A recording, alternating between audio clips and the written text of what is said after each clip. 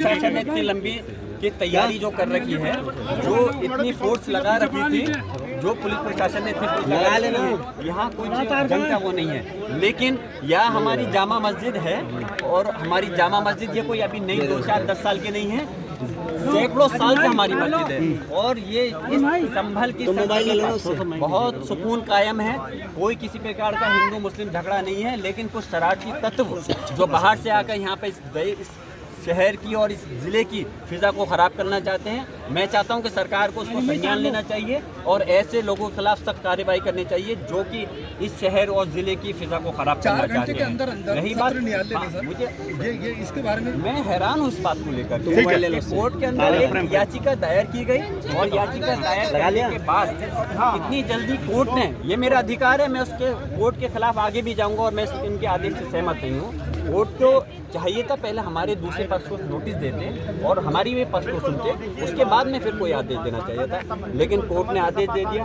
दूसरी हैरानी इस बात की है, जो हमारे संभल जिले का पुलिस प्रशासन है, जो इस उत्तर प्रदेश की सरकार में पुलिस प्रशासन अपने अधिकारी हैं, उनको पता नहीं कौन सा नोबेल प्राइज़ मिलने वाला था कि इधर आदेश हुआ और उधर अपना एकदम से लेकर के अपने पूरे अमले को लेकर के यहाँ पर सर्वे कराने के लिए। और जब मैं यहाँ पहुँचा, मुझे खबर मिली, मैं क्षेत्र में था, मुझे खबर मिली, मैं पहुँचा तो सर्वे ऑलरेडी यहाँ पर चल रहा था। मैंने उसके अंदर सर्वे के अंदर कोई रुकावट पैदा इसलिए नहीं करी क्योंकि कमेटी के लोगों ने सर्वे की शुरुआत करा दी थी, लेकिन मैंने आपत्ति ज़रूर करी उस सर्वे पे। मैंने डीएम संभल और एसपी संभल से इस बात को कहा कि जब कोर्ट ने आदेश करा तो इतनी जल्दी आपको क्या हो रही थी, आप पहले पक्ष से बात करके समय लेकर के उसके बाद में आना चाहिए था, इतनी जल्दी आपको क्या हासिल हो रहा था। और अगर आपको जल्दबाजी दिखानी थी इन अधिकारियों को, तो जल्दबाजी उसमें दिखाएं जहाँ माहौल जो लोग खराब कर रहे हैं, जहाँ मॉब लिंचिंग हो रही है, उनके खिलाफ कार्रवाई क्यों नहीं करते, इतनी जल्दबाजी क्यों नहीं होती। जहाँ महिलाओं के साथ में छेड़खानी के उनके खिलाफ वो होते हैं, उसमें जल्दबाजी क्यों नहीं करते। लेकिन इसमें इतनी जल्दबाजी करना बड़ा हैरानी की बात है। और मैं फिर से कह रहा हूँ, इस मसले प्लेस ऑफ वर्शिप एक्ट जो है, जो पार्लियामेंट ने बनाया था 15 अगस्त 1947 से पहले, जो भी धार्मिक स्थल, चाहे हमारी मस्जिद है या कोई दूसरे धर्म का धार्मिक स्थल है, वो अपनी जगह रहेगी, उसके अंदर कोई छेड़खानी नहीं होगी।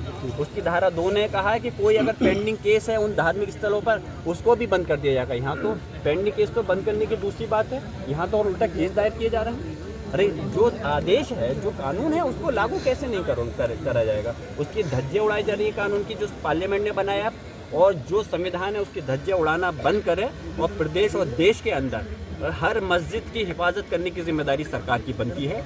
और धारा प्लेस ऑफ वर्शिप एक्ट में धारा 3 में यह है कि कोई भी अगर धार्मिक स्थल को दूसरा मजहब का नहीं बदला जाएगा, सिर्फ बाबरी मस्जिद को छोड़ करके था कि बाकी धार्मिक स्थल पर सब पे ये लागू होगा। लेकिन हम अफसोस कर रहे हैं इस टाइप की चीज़ों को, ये जो लोग माहौल ख़राब करना चाहते हैं। और मौका मिलेगा तो मैं पार्लियामेंट के अंदर भी इस मसले को रखूँगा, और मैं चाहता हूँ कि ये मस्जिद किसी धर्म को तोड़कर नहीं, धार्मिक स्थल को तोड़कर नहीं बनाएंगे। मैं दोबारा से इसलिए रिपीट कर रहा हूँ कि आप बहुत से लोग रह गए थे, मैं कह चुका हूँ, हमारे मज़हब इस्लाम के अंदर ये हुक्म है कि दूसरे धार्मिक स्थल को या दूसरे धार्मिक स्थल के धार्मिक व्यक्ति की जगह तो छोड़िए, अगर कोई हमारे धर्म का, हमारे मज़हब इस्लाम का भी कोई अगर आदमी है, उसका भी अगर कोई जगह है तो उसकी जगह पे बगैर उसकी सहमति के अगर आप कोई धार्मिक स्थल मस्जिद बनाओगे तो वो जायज़ नहीं होगी।